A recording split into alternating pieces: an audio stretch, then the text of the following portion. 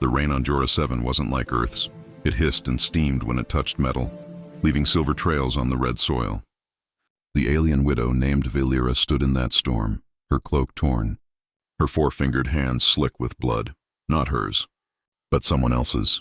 The human she had just freed lay motionless on the ground, his wrists raw from the iron restraints the slavers had used. He was smaller than her people, soft-skinned and fragile-looking, yet something about the way he had endured those chains, the quiet defiance in his eyes when she found him, had stirred something deep inside her. Something she hadn't felt since before the war took her husband and left her alone. Valera crouched beside him, her bioluminescent eyes narrowing as she pressed a talon gently against his neck. A pulse, weak but steady. "Don't you dare die now, little human," she murmured, her voice low and musical. "I didn't break those chains for nothing." His name, she learned later, was Eli Carter. He woke up in her dwelling, a simple stone refuge built against the cliffs of Sulnar Valley. The first thing he saw when his eyes opened was her silhouette, tall, silver-skinned, with streaks of dark violet hair framing a face both alien and hauntingly beautiful. He jerked upright, panic flashing in his eyes.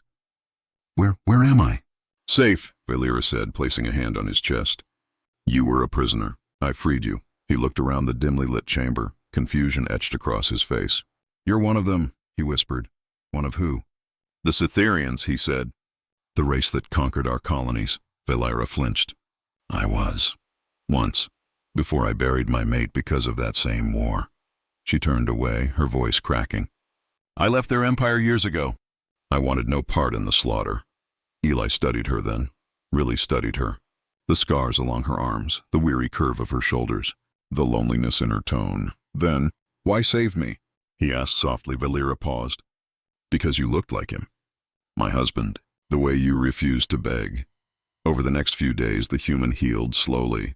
Valera cared for him in silence, cleaning his wounds with warm water and the sap of the virith plant, a natural antiseptic her kind used for centuries. Eli was uneasy at first, unable to trust her alien gentleness. But as the hours turned into days, he began to notice things.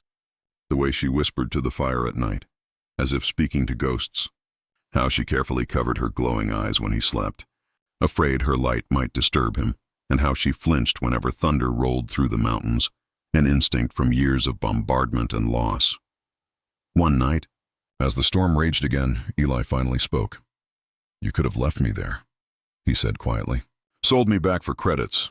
Valera looked up from the fire. "Is that what humans think of us? That we value currency more than life?" He met her gaze. "Most of your kind did, and yet you sit alive before me," she said.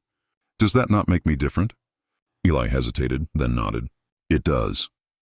For the first time she smiled, a soft, brief thing, like moonlight breaking through clouds.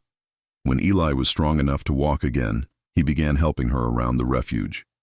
He repaired her broken equipment, built a small antenna from scavenged parts, and even coaxed a spark of communication from her old ship's console. Valera watched him with fascination.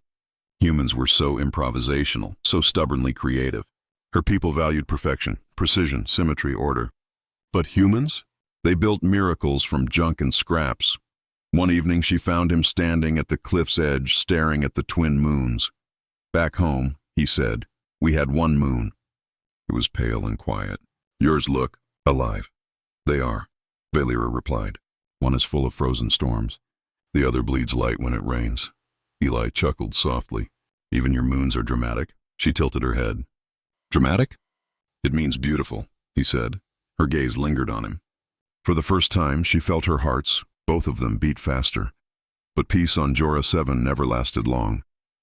The Cytherian patrols eventually traced the slave transport's trail, and when they discovered Valera's interference, a squad was dispatched to deal with the traitor. The night they came, Eli was inside the refuge repairing a heating conduit. Valera sensed them first, the vibrations in the soil, the faint electric charge in the air.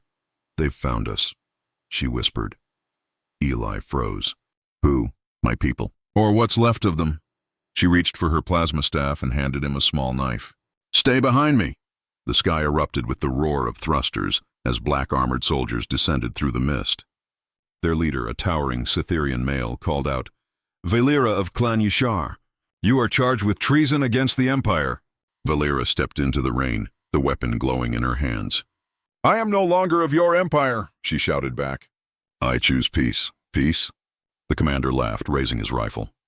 You chose a human, widow. You shame us all. Before he could fire, she leapt forward, a blur of motion and light. Plasma met steel. The air filled with sparks and the hiss of rain turning to steam. Eli watched, frozen, as the widow fought like a goddess of vengeance, her every strike precise, her every movement desperate. But there were too many of them. When one of the soldiers aimed at Eli, Valera threw herself between them, the bolt tearing through her side. She fell hard, blood, silver and luminous, spilling onto the red soil. Valera! Eli screamed, rushing to her. He grabbed her fallen weapon and turned it clumsily toward the soldiers. You want her? You'll have to go through me. Something in his raw defiance made the Cytherians pause. The commander sneered but gestured to his troops to retreat. Let the traitor die with her pet, he spat, and they vanished into the storm. Eli dropped the weapon and cradled Valera in his arms. Her breathing was shallow, her skin flickering faintly. You shouldn't have done that, he whispered. She smiled weakly. Neither should you. He spent 3 days nursing her, refusing to let her fade.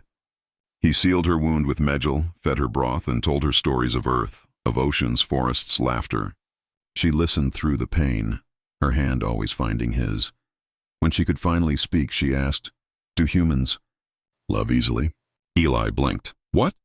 You're kind, she said softly. You love despite danger, despite loss. You still believe in tenderness even after cruelty. He smiled sadly. Yeah, I guess we do. She looked at him for a long time, her luminous eyes gentle. Then maybe I could learn. He leaned closer, brushing a lock of violet hair from her face. You already have. Weeks passed. The patrols never returned. Rumors spread that Valera had perished, and the Cytherian Empire lost interest in one outcast widow. Eli and Valera rebuilt the refuge together. They grew food in the valley, set up solar nets, and even made a small garden where alien flowers grew beside Earth seedlings. Every evening, they'd sit on the cliff as the twin moons rose. Eli would tell her stories of home, and she would hum ancient songs of her people, songs that once mourned war, but now carried hope. One night, as the breeze played with her hair, Valera said quietly, When I first saw you, I thought humans were weak, too soft for this world, and now? He asked. Now I think softness is strength, she said. It's what my people forgot, and what I needed to remember. Eli reached out, his hand resting against hers. You didn't just save me from chains, Valera. You saved me from giving up. Her twin hearts beat faster again. And you taught me how to feel again, little human. The wind carried their laughter across the valley, mingling with the rain, the same rain that once hissed and burned. Now gentle as Earth's own, months later, an Earth Scout ship finally arrived, answering the beacon Eli had repaired. They offered him passage home. He stood at the ship's ramp, torn. I could go back, he said quietly, but it wouldn't feel like home anymore. Valera's eyes shimmered. You belong among your kind, maybe, he said. But my heart's here. She stepped closer, her hand tracing his jaw. Then stay. Build something new with me, he smiled. You sure you're ready for human chaos? She laughed softly. I rescued you from chains, Eli Carter. I can handle your chaos. He kissed her then, brief, gentle, but full of everything they'd both lost and found again. And beneath the alien moons, the widow who once lived only for ghosts began her second life, not as a soldier, not as a widow, but as a woman who had finally learned what it meant to love the Earth's tender ways.